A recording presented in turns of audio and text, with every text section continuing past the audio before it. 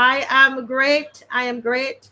And I'm sure you were listening. And if you have any comments or any thoughts that you want to share, any whatever comes to mind and you want to share, go right ahead, please. Thank Well, you. let me talk a little bit about Dubai, because everybody has Dubai on their lips, and they want Dubaiification. That's a term they even use, um, and free zones. Now, the first thing, my biggest concern with the Prime Minister of Barbados, the Premier of Nevis, etc., they have not spelled out. Certainly, in when I listened to Premier Brantley, and I was actually, while I was listening to you, I was reading about what is being said, what has been said about free zones in Barbados. We refer to Dubai. You have highlighted some of the very serious problems that Dubai faces, but let me also say that the Dubai is part of the UAE, United Arab Emirates, is one of the, and there are seven emirates. It is like a city within a country. The country is the UAE. Dubai is one of them. And Dubai is the one that we hear a lot about. Those people who are into cricket would hear about Sharjah, because, that's where cricket matches are played and so on. But a bit of information that's useful. In this year, the population in Dubai is supposed to be about 4 million. 92%, Marcia, are migrant workers, are migrants, non-nationals. And we don't have a lot of time to go in it, but I suggest that people who are interested in this go and find out, the situation with migrant workers, because the ironic thing about Dubai, or the contradiction, and I've been there, so I have been able to see, you know, is that the conditions under which a lot of migrant workers were, as you mentioned, those conditions are by and large not good. You hear about workers in labor camps. Now, when you go to Dubai and you see the the Burj Khalifa, for example, you go into their malls and you see this. I mean, I call it over the top. But who constructs these buildings? Who works in the hotels? Who works as domestics and so on?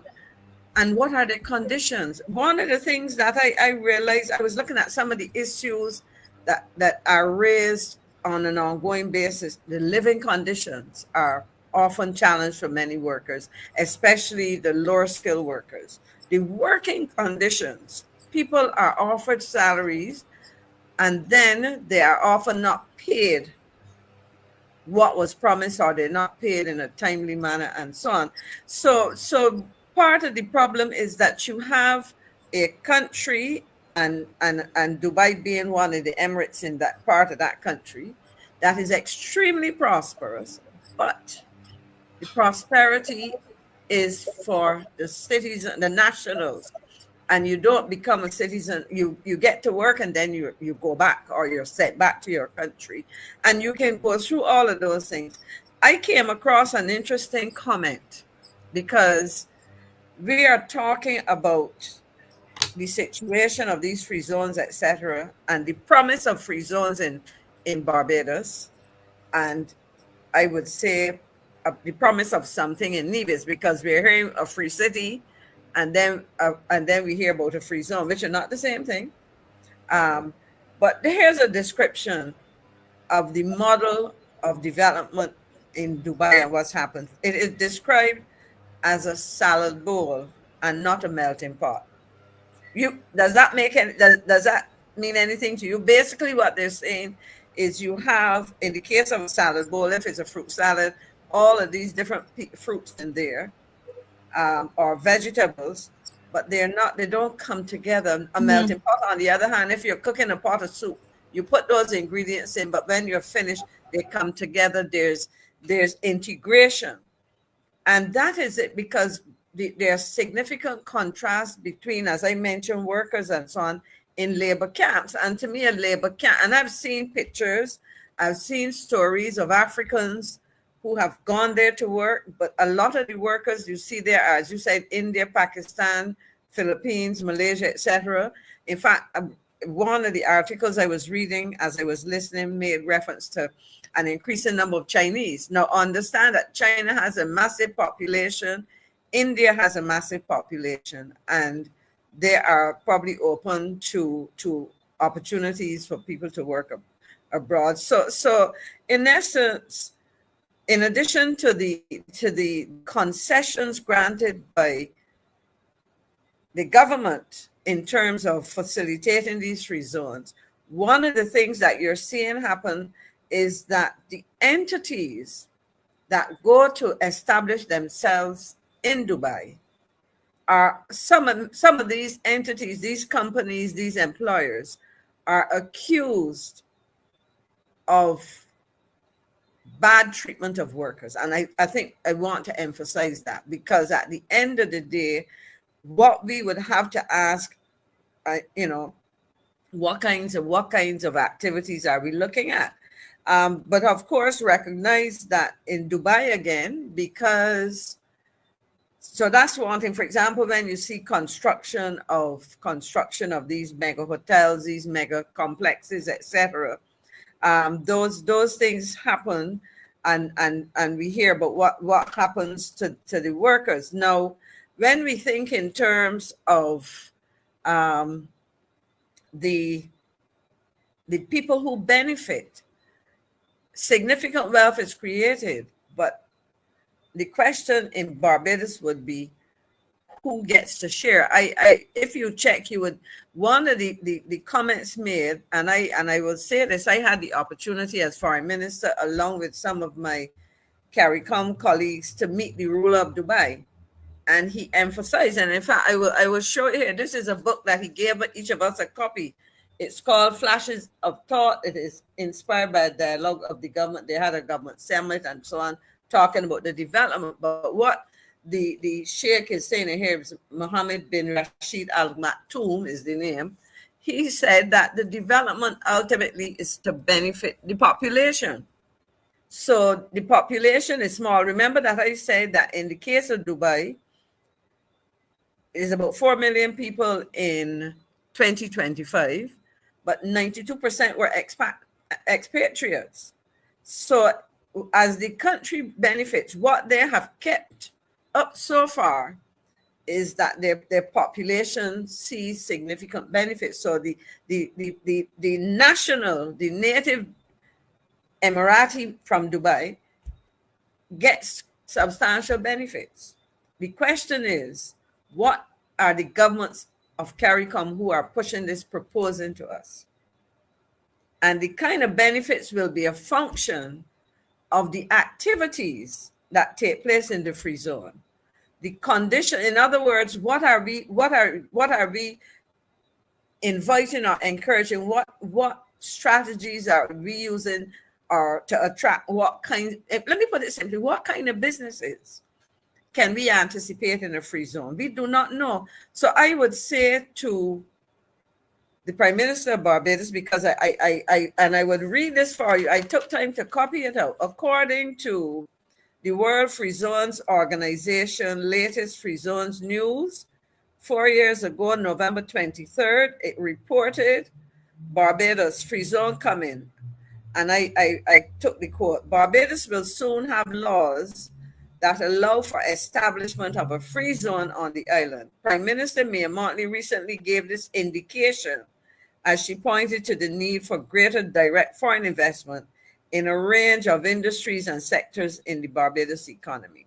It was also reported in the Barbados Today on November the 11th, 2021, and on a CBC story on September 2nd, 2021.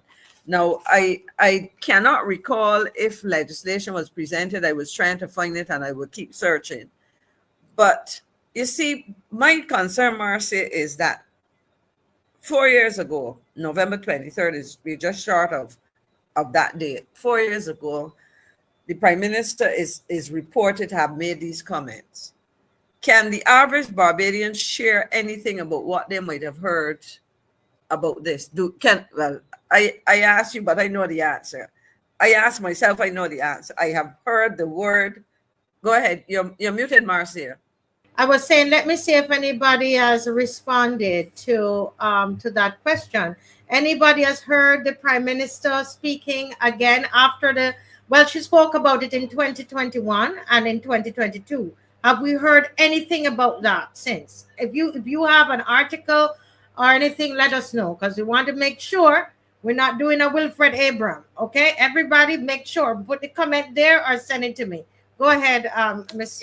so my thing is that we hear promises, we hear discussion, but I believe that if the government is seeking to pursue a strategy like this, I mean, it doesn't spring up literally overnight. There has to be infrastructural development and so on. Negotiations take place with whoever would be the investors or whatever. Talk to us about what you're proposing to do. Let Barbadians understand.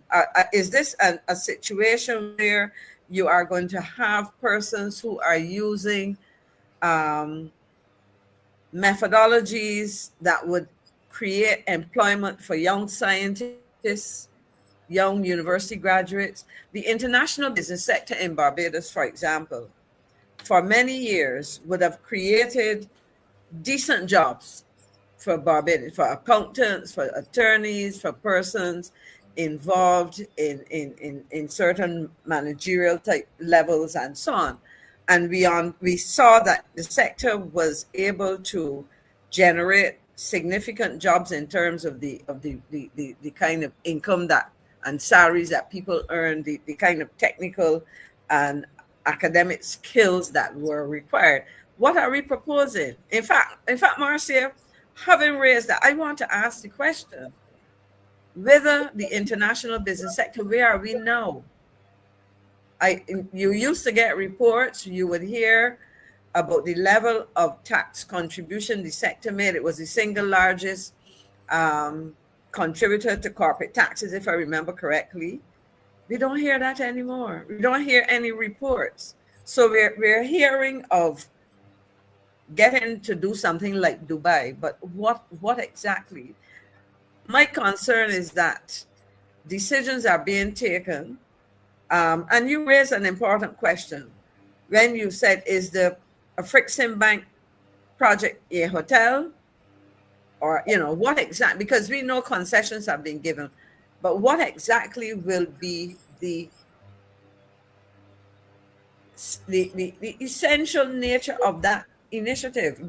Anybody who reads would see that this bank does certain kinds of financing, certain kinds of projects on the continent.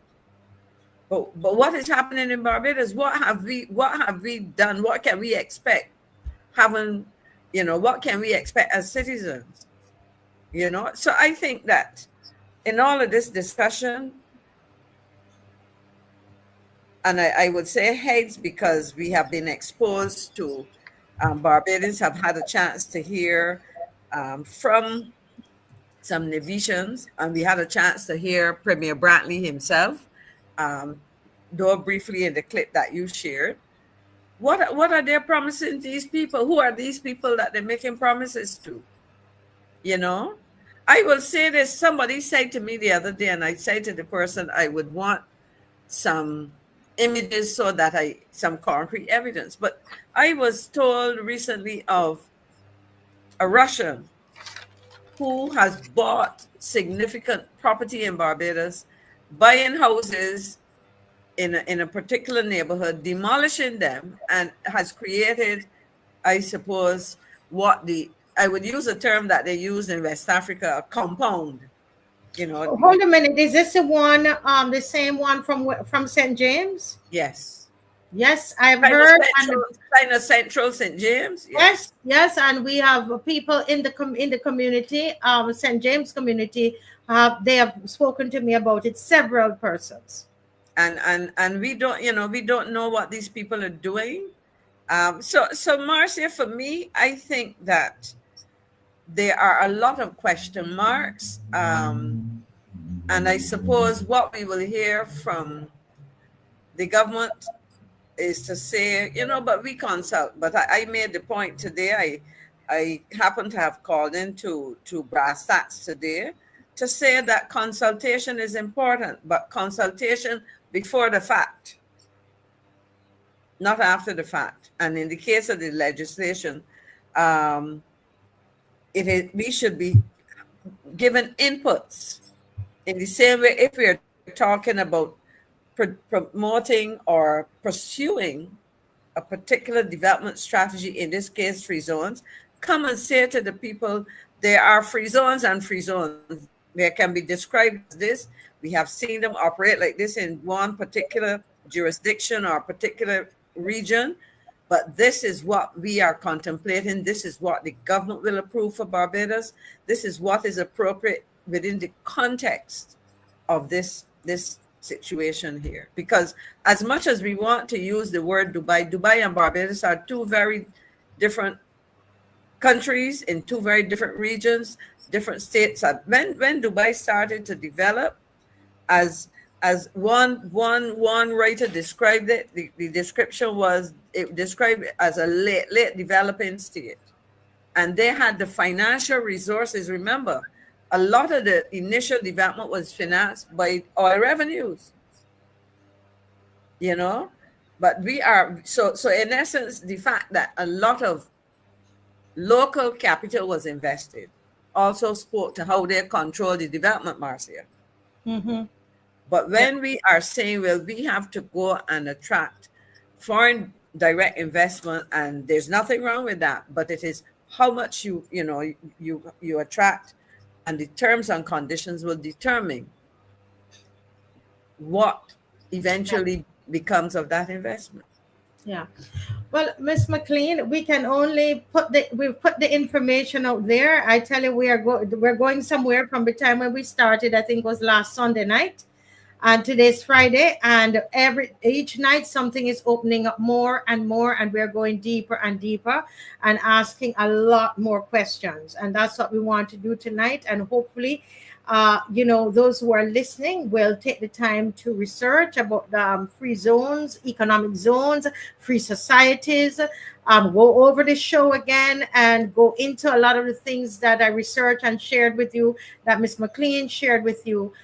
Do your own homework and ask your MPs the questions that you need to ask them. All right. Ms. McClean, thank you so very much. I have some others who are coming on.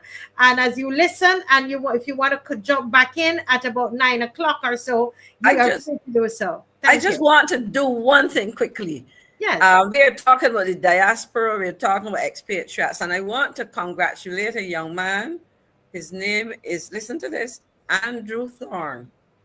He's an accountant in Boston, I think it is, who was just named in the Forbes 200 top accountants in the USA. And you can put a connection to that surname. He's the youngest brother, I think, of the leader of the opposition. I heard it today, and I said, I don't know if I've met Andrew some years ago. I don't know if he wanted, but that's an achievement, so he can't hide it. He can't hide it. Congratulations to him. They might not have made heavy weather of it, but I thought I would offer congratulations. Just another successful Barbadian flying the flag high overseas. Well, thank you so much, Ms. McClean. As you know, we're always fighting for time. And so we're going to go into the next segment, and you're free to come in at about 9 or so if you're up to it. I know I rush you eating your dinner fast, so I haven't eaten yet. So go and eat, and you can always just jump back in as you feel.